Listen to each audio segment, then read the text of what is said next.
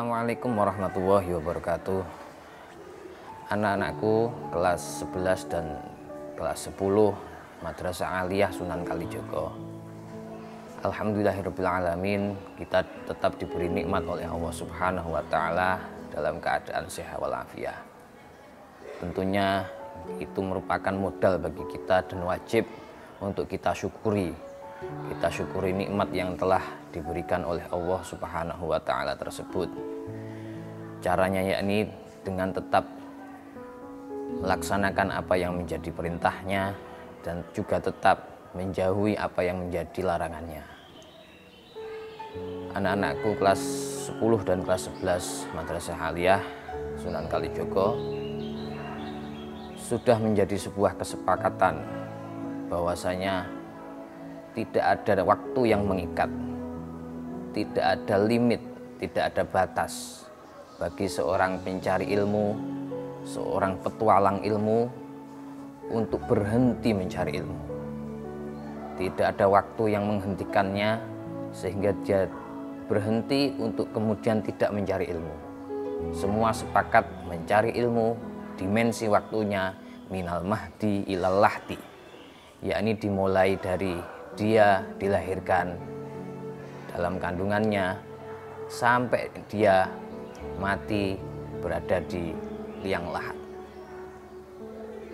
Yang menjadi titik kesimpulan, titik yang menjadi apa yang menjadi hal yang ingin kami sampaikan ialah seputar bagaimana cara untuk menghasilkan ilmu itu sendiri. Al-Imam Al-Ghazali memberikan resep, memberikan metode, memberikan manhaj, bagaimana formula yang tepat untuk seseorang ini bisa menghasilkan ilmu. Imam Ghazali menuturkan bahwasanya poin pertama yang harus dilakukan adalah kholasun niyah. Seorang pelajar sebelum mencari ilmu harus memiliki niat, memiliki tujuan ingin hal-hal yang positif, niat yang positif, yang ikhlas. Beberapa contoh niat yang ikhlas, kholasun niyah ialah ketika seseorang mencari ilmu, seseorang tersebut hanya untuk mencari ridha Allah Subhanahu wa Ta'ala. Dan itu caranya macam-macam. Ada pula yang mencari ilmu niat untuk menghilangkan kebodohan di dalam dirinya. Ada pula ketika dia mencari ilmu niat menghilangkan kebodohan kepada masyarakat, untuk mengajari masyarakat supaya masyarakat ini tahu bagaimana ilmu pengetahuan itu. Ada kalanya mencari ilmu seseorang ini untuk menghidupkan agama, li'ihyaiddin kata Imam Al-Ghazali, untuk supaya agama Islam ini lebih syiar, lebih ramai, lebih berkembang, lebih maju. Dan itu semua diniati, dilandasi karena untuk mencari ridha Allah Subhanahu wa Ta'ala. Cara yang kedua, manhaj yang kedua atau metode yang kedua yang ditawarkan Al-Imam Al-Ghazali dalam seorang pelajar ini supaya berhasil mencari ilmu ialah dengan an-nadhafah fin nafsi. Hati seseorang pelajar ini harus bersih dulu ketika sebelum belajar. Ada sebuah makalah mengatakan bunyal Islamu 'alan nadhafah. Pilar agama Islam harus bersih. Bahkan seperti halnya gelas, ketika terdapat kotoran yang ada di dalamnya, air pun akan sulit masuk di dalam wadah atau gelas tersebut. Demikian pula hati. Ketika hati ini kotor, ilmu yang akan masuk pun juga akan sulit diresapi masuk ke dalam sanubari hati tersebut.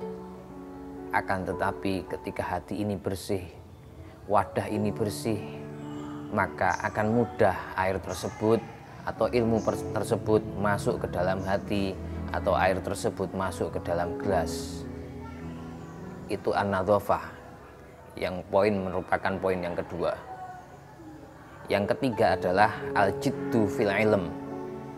Seorang pelajar harus dituntut bersungguh-sungguh dalam mencari ilmu, tidak boleh bermalas-malasan.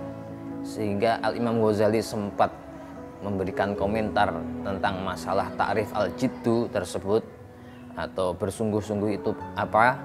Yakni harus ada masyaqqah, rasa kesulitan yang dialami seorang pelajar tersebut dalam mencari ilmu. Tidak instan, tidak hanya kita mendengarkan pengetahuan atau mendengarkan guru berbicara kemudian ilmu itu langsung masuk, akan tapi perlu adanya pengulangan, perlu adanya usaha, perlu adanya tikror atau pembelajaran yang kedua untuk meresapi apa yang disampaikan guru yang pertama. Ketiga hal tersebut yakni kholasun niyah, an-nadhafah fin nafsi, kemudian al-jiddu fil ilm adalah manhaj atau metode kita untuk mencari ilmu supaya ilmu itu berhasil. Akan tetapi tiga metode ini harus dilandasi tiga elemen, tiga hal penting yang harus dilakukan oleh seseorang pelajar. Tiga elemen tersebut adalah kesungguhannya, respon positifnya.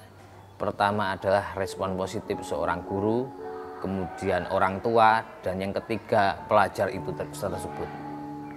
Guru berusaha, orang tua berusaha, akan tapi tidak disupport oleh murid tersebut, ilmu tidak akan berhasil. Orang tua berusaha, murid berusaha, akan tapi gurunya tidak berupaya sungguh-sungguh, itu pun juga tidak akan berhasil. Murid sudah bersungguh-sungguh, guru sudah bersungguh-sungguh, akan tapi tidak disupport oleh orang tua, itu pun juga tidak akan berhasil. Oleh karena itu tiga elemen ini adalah tiga elemen penting yang harus berkontribusi, yang harus bekerja sama dalam menghasilkan ilmu untuk memperoleh cita-cita sebagai orang yang mendapatkan ilmu yang bermanfaat. Mungkin itu saja dari kami. Semoga bermanfaat. Ada kurang lebihnya mohon maaf.